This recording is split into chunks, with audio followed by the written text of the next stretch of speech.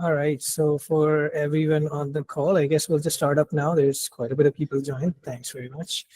We have Samarath with us, who is from JiffyScan. And today, Samarath, I'll just give you an overview of the people that are joining us today. Most of the people here on the call are from our Builders program, which is kind of like an intern program. And a lot of them are actually sitting at the office and building dApps. So they're all very talented people, chosen from a group of applicants of 400 people that applied, and we chose these 30 talented individuals. They have very good Web3 development background, and now they're kind of moving towards their journey to become professional blockchain developers with Vanar. So without further ado, Samarath, I would just like you to do a little bit of introduction of yourself, and then a little bit of introduction of JiffyScan, and then we can start up. Yeah, for sure. Thank you, Irfan, for first of all inviting me, for having a partnership with JiffyScan itself with the Vanar ecosystem. Me, along with Gautam, who is a CTO of JiffyScan, is like, will be taking towards you developers with the brief introduction about the ERC-437 ecosystem, which is account abstractions, like how the ecosystem works itself, and like how Jiffy is exploring, improving it, and how we can integrate with Fuse or Vanar ecosystem. So I hope like all the developers have a prior working experience or a normal development experience, I guess. If yes, you can type on a chat box, I can review it. Okay. Perfect. Awesome. So just a quick, I guess, question that people would have is the most basic question is why, so these guys are building their dApps. Where would they need JiffyScan? Why is JiffyScan there? Okay, so like obviously you guys can use our multiple payment services or bundle services with the Fuse Vanar ecosystem. So like with JiffyScan, we provide in-depth analysis of all your debugging tools. We have best users experience. We have a data APIs, as you can say, like we have a single API through which you can use all your bundles, Paymaster services under the same roof. We have best debugging support and the dev tooling. We'll be, going through it later on during this workshop. And like, let's see how the things works. We have a multiple features. We'll be exploring through it. If Gautam wants to add more thing, I'd love to present on stage. Yes, we provide like an account abstraction stack for Vanar. So basically, if you're looking at normal transactions, the user experience is actually pretty bad in Web3. Where if you create a dApp and you use an external owned wallet or like an embedded wallet, you would have to expect your users to go to an exchange, buy the required Vanar token, and actually transfer it to your wallet, and only then they can use it on your application. But with account abstraction, this what changes is that you'll be able to, from right with like 2 steps, they can log in through Google or any other social single sign-on logins. And they log in, you can generate an address, and they can start using your application, whether it be minting tokens, NFTs, without getting any tokens from the exchange. It's actually a very smooth experience. Like I'll show it maybe later in the later in the call as a demo. Awesome, that'd be great. And Gautam, sorry, if you want to do your introduction as well, so people know who they're talking to. Oh yeah, so sorry. Yeah, so I had the tech in JiffyScan. So anything related to if you face any issues with the JiffyScan or what new features, you can always reach out to me. So I've been building in the space for the last 3 years, and I see the account abstraction as like a future to actually onboard the next million users into this ecosystem. Awesome. So Gautam is the tech brain of JiffyScan. That's awesome. Okay, I also have, I guess, Imad from our blockchain team and Smart, who have been going through your stuff as well. So I think without further ado, if we could go by the agenda, or we could just go as you feel like is better. The agenda says essentially specific use cases. So what I mean by that is giving the audience examples of other companies that use JiffyScan perhaps, or any other products that use JiffyScan and how they actually used it from any industry kind of thing. Okay, so I'll be presenting slides now where I've covered all about the basic account subscription stack with the JiffyScan, how we are implementing our stacks in the ecosystem, and what features we provide. So let me share my screen. Like the modern day problems which the currently multiple explorers are facing in the market right now. Like as you can see, let me let it slide show there. Yeah.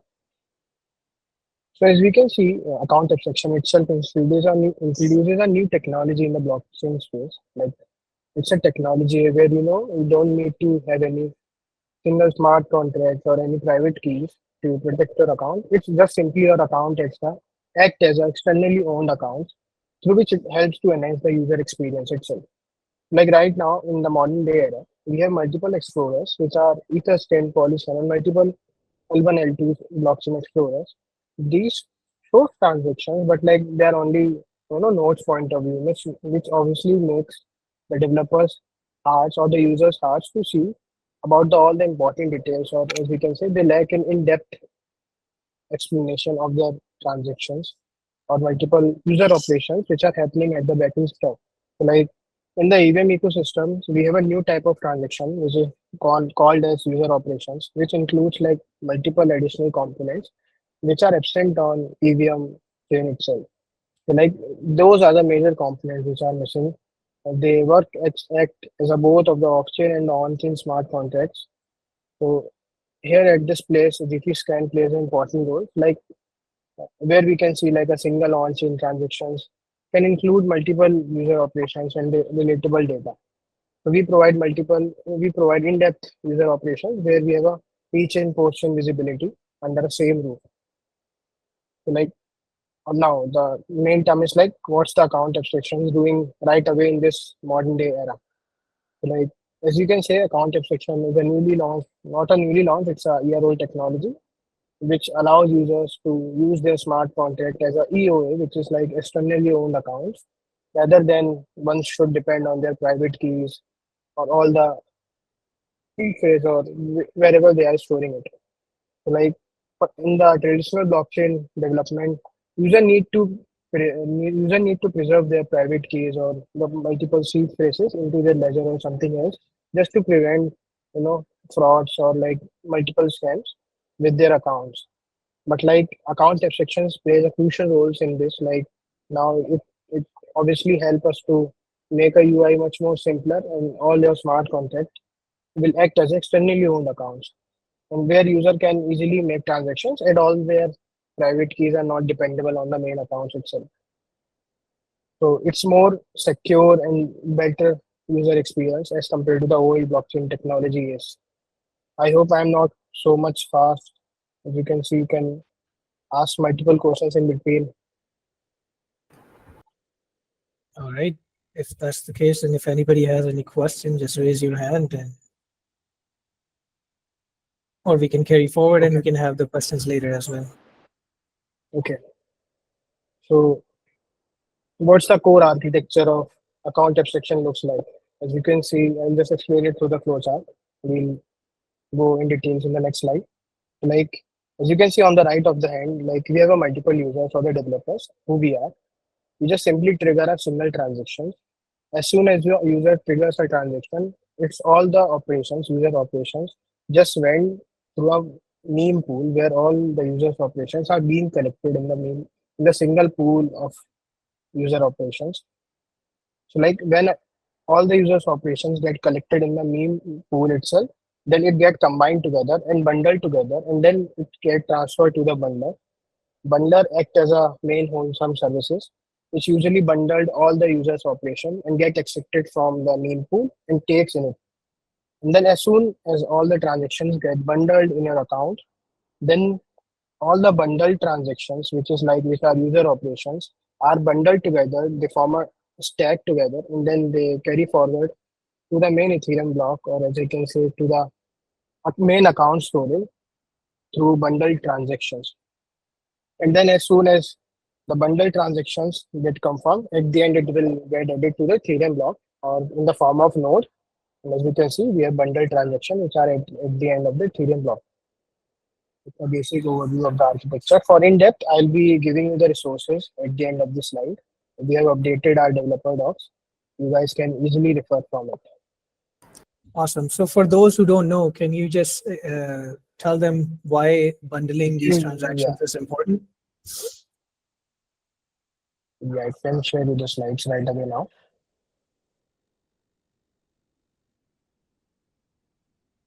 Here is the developers docs. You can refer it.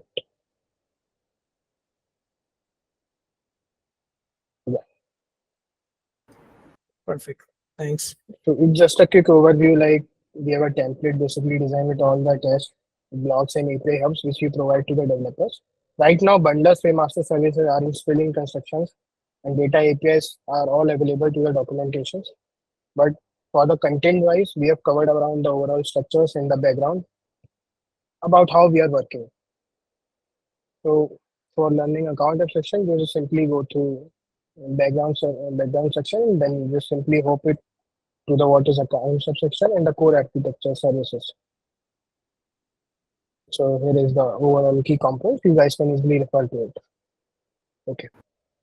Skipping to the skipping to the next component, which is the key component of the account abstraction is like as we, 1 minute, yeah. Like as Yes. we saw in the previous. So there's a question, I guess. So we'll just take that Yeah, quickly. Tayyip, go ahead.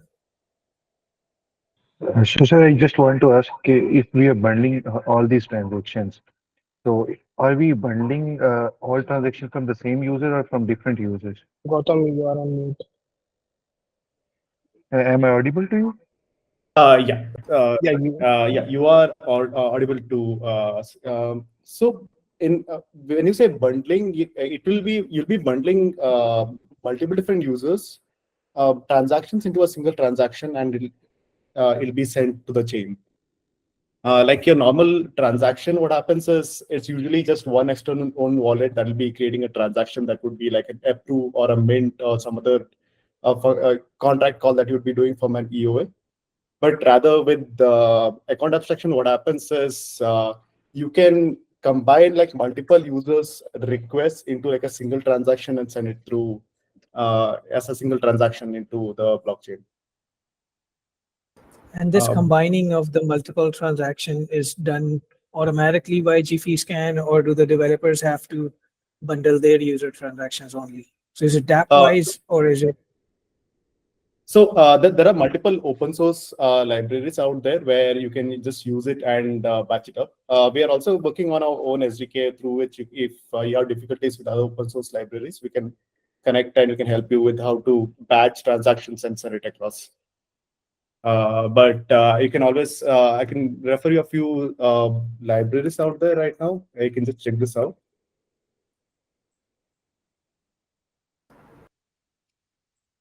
Cool. So for the audience here, essentially, they have to bundle it and send it to JiffyScan then, right? Oh, no. So, okay. So, yeah, if while making a request is more like you're just sending a transaction, but the endpoint is different. Like you would have worked with like an RPC endpoint before this, but right now, the only thing that changes is you get a bundler endpoint and you send it like a normal transaction to it. Although the library of your account would be different, depending on whether you're using a safe smart contract account or you're using like a simple account, or there are a few others like zero dev accounts. So depending on the account library would be different. But only thing that you need to change is like use like a bundler RPC and send it through that. So we'll handle the bundling part. You don't have to worry about it. The only thing that you might I have a small question. Yeah, sure. So when we are while we are bundling those transactions, isn't it slow down the whole process of recording transactions in blockchain? It is not going to slow down. So the way we have configured it is, if you do not have like multiple different user operations being sent, we'll send it as like a normal transaction itself. This is more like an efficiency on the infrastructure end, where if the number of requests is quite high, the requests will get bundled and sent to the blockchain. If the traffic is extremely low, there'll be no bundling happening. So if normally if a chain supports maybe about 300 transactions in a block, with the user operations, you can easily reach about 1,000 transactions in a single block. Amazing. So, Awesome. and also the bundling configuration is not really set by the developer. It is mostly handled by us. All you have to care about is think of the users, what problem you're solving, and what transaction does the user need to send. Does that answer the question? Yeah. Yes, very well explained. Okay. Ibrahim, you have a question? Yeah. Hi, Gautam. I have one question. So you see Yeah. with the advantages of normal traditional payment systems is that there's very high accessibility. But with blockchain technology, it tends to be a case that you need specialized knowledge, and not everyone has accessibility to smart contracts or has the knowledge required beforehand. And it's very technical intensive. There's a lot of prerequisites. But is there any way that account abstraction can get the best of both worlds? Like, are you asking from the developers side of things, or like more from a user's perspective? Like does a developer need to know a lot of blockchain knowledge, or is it like does a user need to know blockchain knowledge? more on the user side, how can, like, say if you're making the app but you want to get the best of both worlds, how can account abstraction help? So you're not compromising anything by using account abstraction wallet. So using account abstraction, what you can achieve is like a Web2 experience, but you have like a Web3 on the backend, where the flow would be like you can log in through either Gmail, Twitter, or other things, and the backend you can generate the wallet address and make him use it. And the best part about this is it's still self-custodial. Only the user has access to the wallet, and it'll still work. So he need not even know that, hey, this is the flow for it. And like the ecosystem is so large right now, it's not just social logins. You'll also be able to use things like passkeys, fingerprints,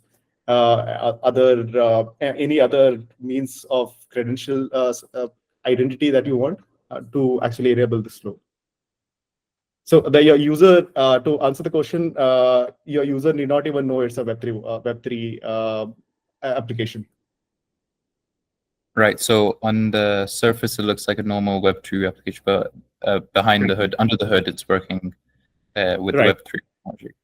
So is there any way, like, or what I'm trying to say is that how is there any advantage? Sorry, any advantage? No, yes, I'm trying to say that. So if, like, a normal user, he sees a normal Web2 platform, and then you mentioned bundling, is there any way that he can use normal traditional payments which gets converted into cryptocurrency, and that somehow makes the app itself more accessible? That's what I'm trying. And does account abstraction somehow relate to that, or that's what I'm trying to ask? I think what you're asking for is like on-ramp payments and that kind of stuff.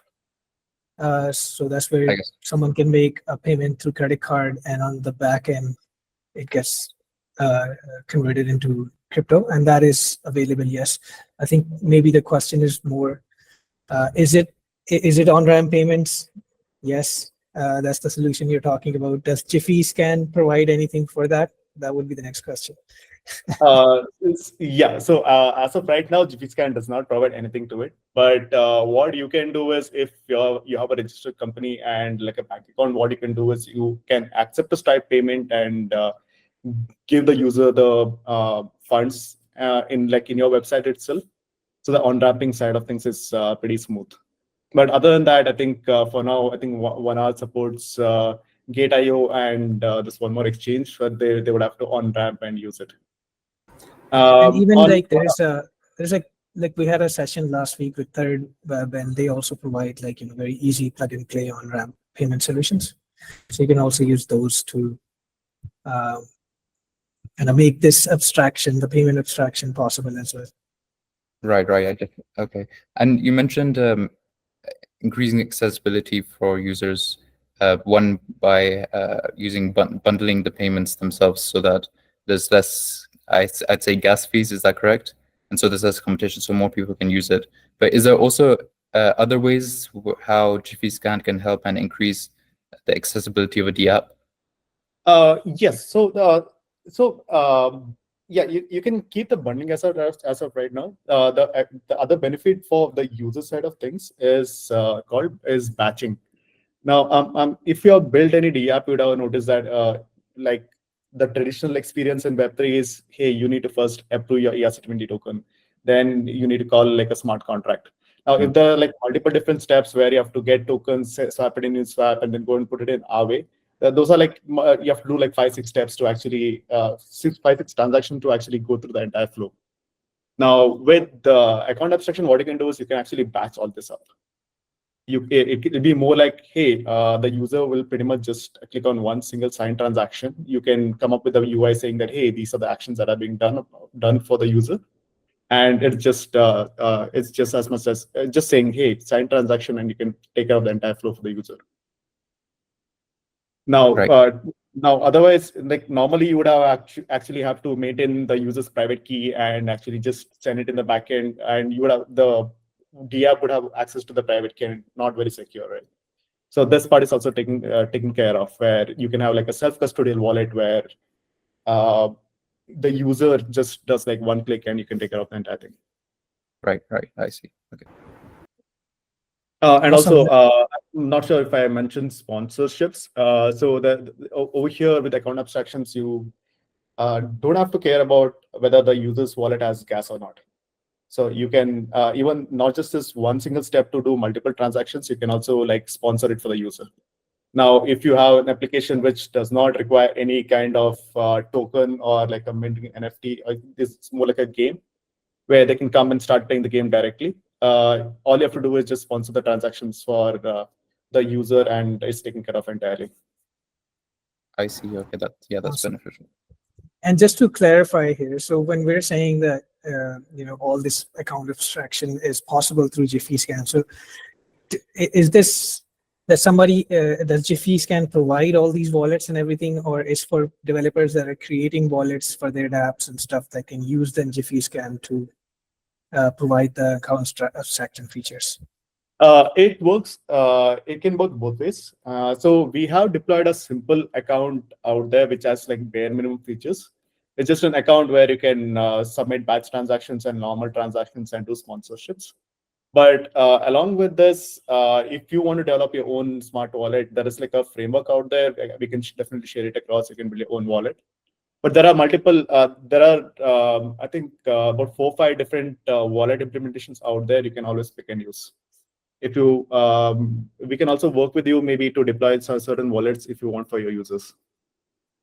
But I know core stack as of right now, we do not have accounts. Okay, awesome. And sorry, we distracted the whole session away from Sure. Samarath. So Samarath, you can continue with your presentation. Yeah. Like now we'll be going through the key components of the account abstraction. We'll be discussing about the users, bundlers, paymasters as the main properties, like how they are working in the ecosystem. Sharing the slides now. We can see the screen now.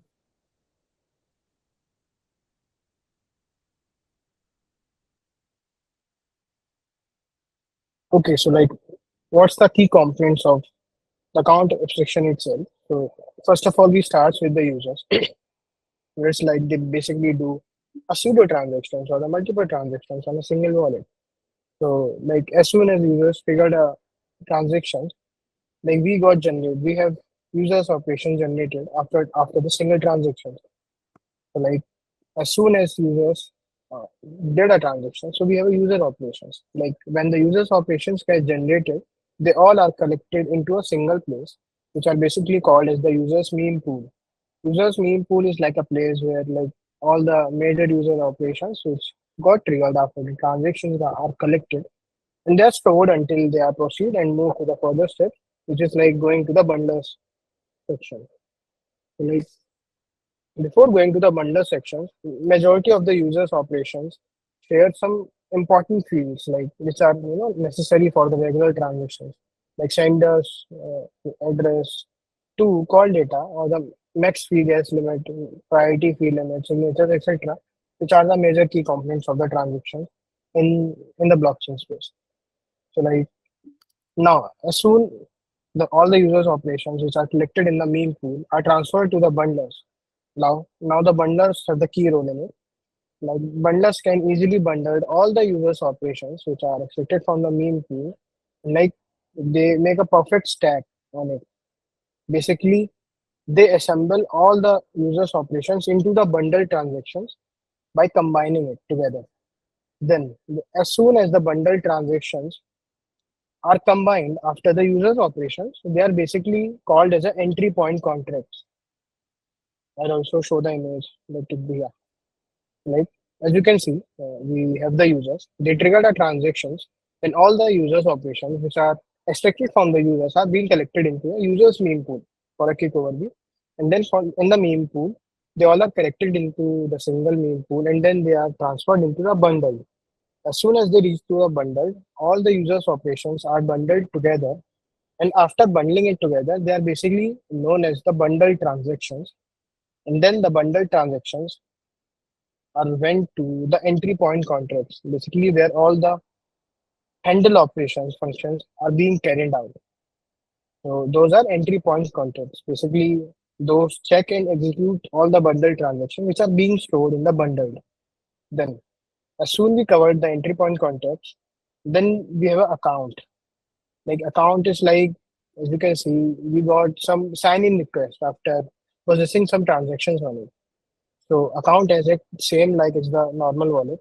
So basically, it helps us to approve or the sponsor transaction by multi-signature property. So those are account properties. Then as soon accounts completed its services, so those services are break down into a two key major components, which are like paymasters and aggregator services. Like paymaster plays a very important role here. Paymaster itself verify all the transactions which are happened previously. Check if the user have the native token to pay in the gas fees. If the users have a proper USDT or any of the ETH token which are required for the gas fees. If not, then paymasters automatically handle the gas fees which are being collected from the user's meme pool, and then it processes the transaction on its own. Like user at the end, user don't need to worry about they have a gas fees or not. They can easily rely on the paymaster itself.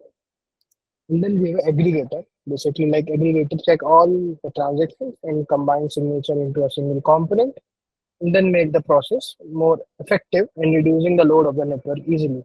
Like it break down the transaction into multiple subnetworks. And at the end of all the whole process, the transaction get transferred to the Ethereum network in the form of nodes. So I hope like majority of you guys are know about what's the key components of the account abstractions right now. Do you have any questions? So there will be a specific JiffyScan version for Vanar chain as well, or the Ethereum chain version is okay for all like Ethereum-based blockchains. So like, Uh, uh, Sorry, didn't get you. Could you repeat that question, please? So currently, when Samarath was explaining this, what I got this is that this version of JiffyScan works for the Ethereum blockchain, and No, all no, we are no. working on Vanar now. So, does the same version of JiffyScan will work for Vanar chain as well? Sorry, that might have been a slip. But yes, we are supporting 1 hour chain over here. We have deployed the entry point contracts for 1 hour. The entire stack works for 1 hour. You don't have to think about it, Ethereum chain. yeah. So is it clear? Okay, go ahead, Imar.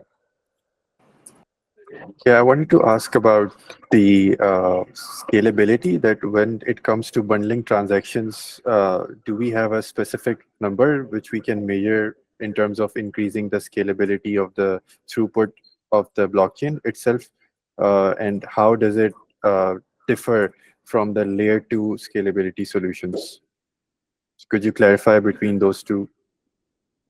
The way these are two different scalability technologies. So if you're looking at layer two is trying to get more transactions into the chain. These are like normal transactions. In a block, you have transactions, right? Now it's like, hey, how can we have more transactions in a particular chain, and that'll get relayed into layer one. Account abstraction works on top of this layer two. Now, Vanar is a layer one over here, right? Now Vanar has blocks where you can have maybe 100 transactions in a block. Now, each of these transactions can ideally be one account abstraction transaction. Now, from what we have tested, you can send more than like 100 different user operations in a single transaction in itself. So, it's more like, hey, you can do like 100 into 100. But there is a limit though, because each transaction requires like data to be sent into the chain. Now, you can do 100 into 100, but the limit is the block limit. How many can you actually fit into the block in a particular transaction? Okay, so the developers would then have to place a limit in order to send this No, out. the developers do not have to place a limit. That is usually handled by the providers. Like we will handle that part. It's like, hey, if we for some reason get like 1,000 user operations, it's called user operations, not a transaction over here. If you get 1,000 user operations, we will handle that. Hey, maybe 500 of them is going to hit the block limit. We're going to send 500 in a single transaction. Send the rest in the next block. Okay, perfect. Thank you. Farzan, you have a question? Yes. So in normal transactions, you have something called as a priority fee to incentivize node validators to fetch your transaction from the mempool. So in user operations, do we have something similar, a priority fee for the bundler? So as of right now, we have not implemented priority fee on the bundler, but I think so. We want to go ahead with the Vanar's ethos over here, where it is more like a first come first serve basis for the bundler. If you send your if you send your user operation, we're going to put it into the chain right away. Okay. So it's like first come first serve basis. As of yes. And that is like a kind of Vanar requirement as well, because we don't want to have that gas war or stuff like that going on. Yeah, and that's nice. Okay, I have another question. So from what I understand, the gas fees get paid to the entry point contract, right? So how do you guys get paid, the bundlers? So we take a 5 to 10% cut in each user operation of the gas fees. The entry point takes care of sending it to our bundler service. Sorry, could you repeat that, please? So say suppose your gas fee is right now like 0.5 cents in 1 hour. So we take it 0.005 as like our cut, and we get it into our the entry point handles this part. Okay, so that gets credited into your EOA or your account. Correct. It'll get that 5%. Yes. Right. Okay. And there's another thing where could you share the entry point contact address in the chat, maybe? Sure, definitely. Give me 2 minutes. I just need to search for it. Sure. Meanwhile, I think Samarath, you can carry on. Yeah. So like after covering all the major key components, like it's the time like how we are playing a crucial role in the account abstraction stack nowadays. So like what is JiffyScan basically? Like we are the only one providers who are providing the major APIs under a single roof. With a single APIs, you can use all the services, paymasters, bundlers, and data APIs. So like, what's the major advantage using our services as compared to the other competitors like in the markets? Like we are the only one who provide enhance in a detailed view about all of your transactions in the blockchain history. Particularly, we are focusing on the user operations with the all post-chain and pre-chain visibility, which are the major key components which are introduced by the IP 4327 protocol. So what's the major features we are like? We have in-depth users operation display. Like basically, we break down the major user operations into the three sub-components are where we show the pre-chain visibility, post-chain visibility with the debugging tool itself in our dashboard. So like we provide a view like what happens in each and every transactions, including all the senders and receiver addresses, all the amount, specific amount, any of the other things which are associated with the single contract interactions which are being happened between a users and the sender. Then we provide a real-time data synchronization on our chain and our services. Like we provide you the latest state of the blockchain services, which at the end of the day, you guys are also being cleared about all the transactions, how many of you guys are, happening right away. Also, we support multi-chain compatibility. We have a multiple networks like Polygon Base, Arbitrum, Vanar, Optimism, etc. on our networks. Like we are multi-chain compatibility right now. We have a best developer tools and APIs right away. API here, I can say like you are the only one who are providing a single API which can perform all the three services altogether, which is like bundler, paymasters, and API. At the end of the day, it will help us to you guys to integrate in our major dApps, and we can extend our functionality. So I hope like you guys can know about the major JiffyScan features. I can show you also. Opening our dashboard right now.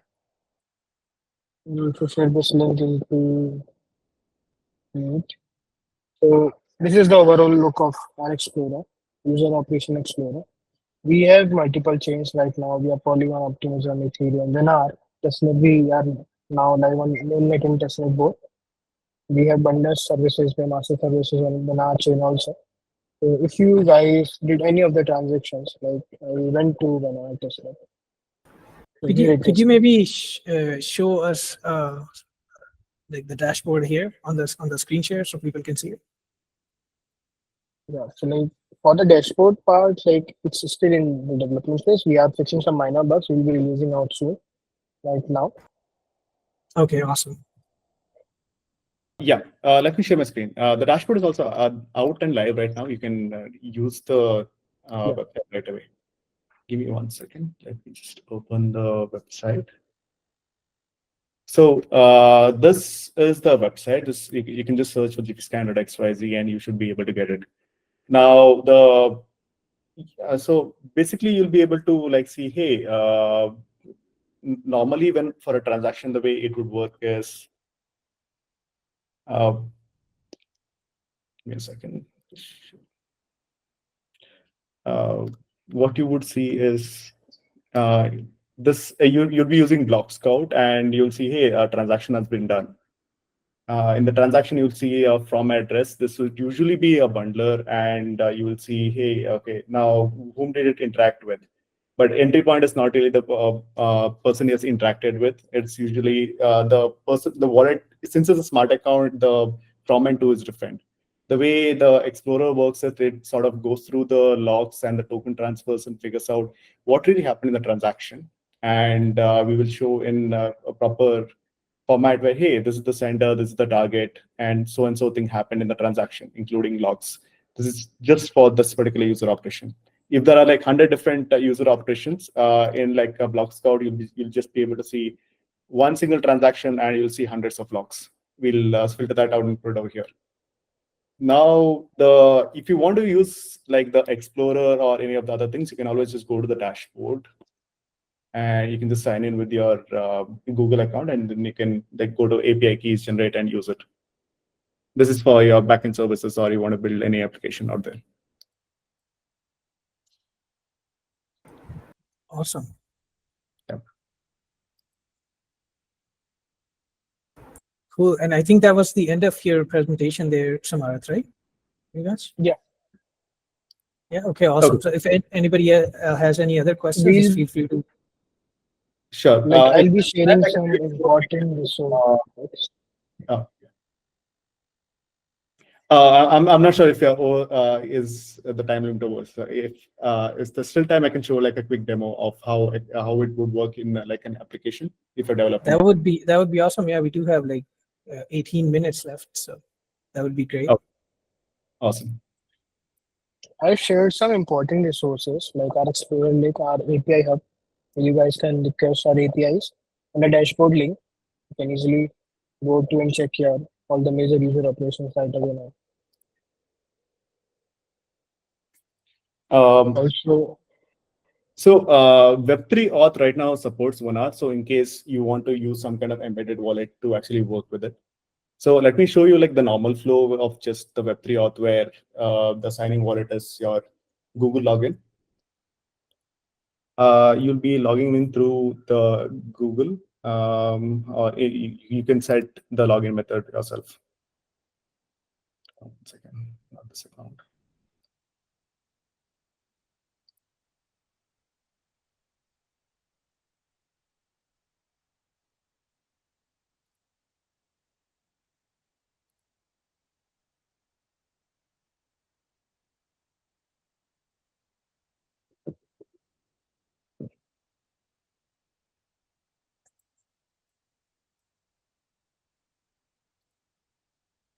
Okay.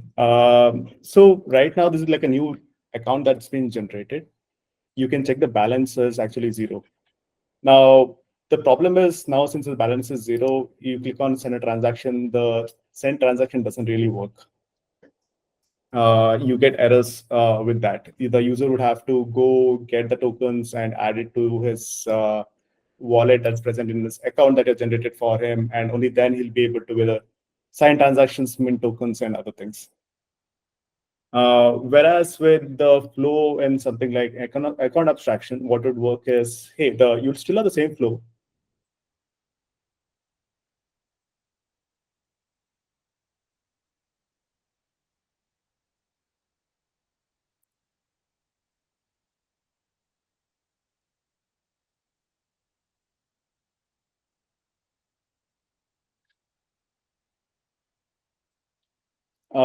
Even though his balance is 0, you'll still be able to like send a transaction or like mint a token, and you have other things that you want to do. You can always just code it up and send it. This is like a transaction receipt, right? You can just quickly search it up.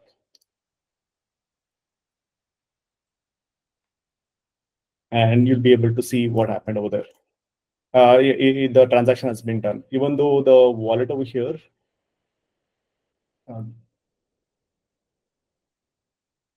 has like 0 balance in his account. Like the balance is 0, but he has sent multiple transactions from it. Yeah, and one more thing, with account abstraction and like something like a Web3 auth, you'll be able to like pre-generate addresses for a wallet, even though the wallet is not really deployed for him. Say, suppose you want to say, hey, for Imad, you want to like send tokens to him, even though he's not joined your application yet, and tomorrow he's going to join it. You'll be able to pre-generate an address for him, send it to him, and whenever he joins your application, you'll be able to then, hey, yeah, so and so tokens in your wallet. He can go about using it like it's his own wallet. And that would be dependent on, I'm assuming, like, for example, an email ID or something like a Google ID that we pre-create the wallet for. And then if Imad joins in and connects using that email ID, then he gets assigned that pre-created wallet. Is that correct? Correct. You would need some kind of ID mapping over here. Now, you would have to, if it's like a Google login, it'll be your email ID. For GitHub, it'll be like your GitHub ID. You have to need some kind of ID for him as like a map. For this ID, you can generate like an address and then send it to that address. Nice. This application out, like we have created like a sample application out there. You can check it out for the demo. Let me just give you the link. This is just the starter template. The only change that you would have to do is we have created a hook over here that you can just add it into your flow, where this hook, this is React. So you can you have things like send transactions. All you have to do is provide it a web provider of Web3 auth. It'll generate like the address of your smart account. You'll be able to send transaction through it and even sponsor it. Nice. That would be really helpful to go through for the builders for sure. Cool. Yeah, that's about it for the demo. If you guys have any questions on the demo or like need help on how to build it out, you can always just reach out. Yeah. Awesome. I think we'll see if anybody has any questions, but most of the people were just asking questions as we went along, which is awesome. But yeah, does anybody have any question? If not, I'm gonna start the closing ceremony. No, we're good. All right. So again, thanks so much, Gautam, for being here, showing us some useful stuff. I think it's very important that people start knowing these tools so they can decide how to use them into their dApps. I think most of them just kind of start writing smart contracts and don't even know that there's a whole world to plug into it kind of thing. So very awesome that you guys took the time out and explained things in such details and showed us the demos. We really, I think, can do a follow-up session with you guys as well. Once these guys have built their dApps and incorporated stuff in there, we can have like a more of a working session where they can actually share their code as well with you and see how perhaps some things can be optimized or some features can be used. Definitely. Any closing comments from your side, Gautam, Samarath? Yeah. Okay, that's a question. The late bloomer. Go ahead. Yes, Prasad. I have. Yes, I have a small question. So regarding generating a smart contract wallet using OAuth, like you just generated a wallet using Google sign-in. So how is that workflow working exactly? Like in normal OAuth, what happens is that you get an access token from Google and you use that token to request services, to request resources. So are you using that access token to generate wallets, and what are you doing exactly there? So this is on the Web3 auth side of things. So the way it works, you can check out this concept called MPC wallets. So what they do is they using the access token. What they do is they have a distributed set of systems which each store like a part of the private key that no single person has access to it, but it's more like only the user with this access token will be able to like sign transactions or sign accounts through that. Sign transaction through it. Does that answer the question? Yes, kind of. It makes sense. So like if you use another kind of strategy like biometric verification, would the same principle apply? Like the biometric verification, it would be separated, like the data would be separated among different nodes? I have not seen Web3 auth mostly supports social logins. There might be some other application, maybe Third Web or someone who's supporting biometric logins. Because and you might be able to better answer this question over here. Yeah, we'll save that one for later. Yeah, all right.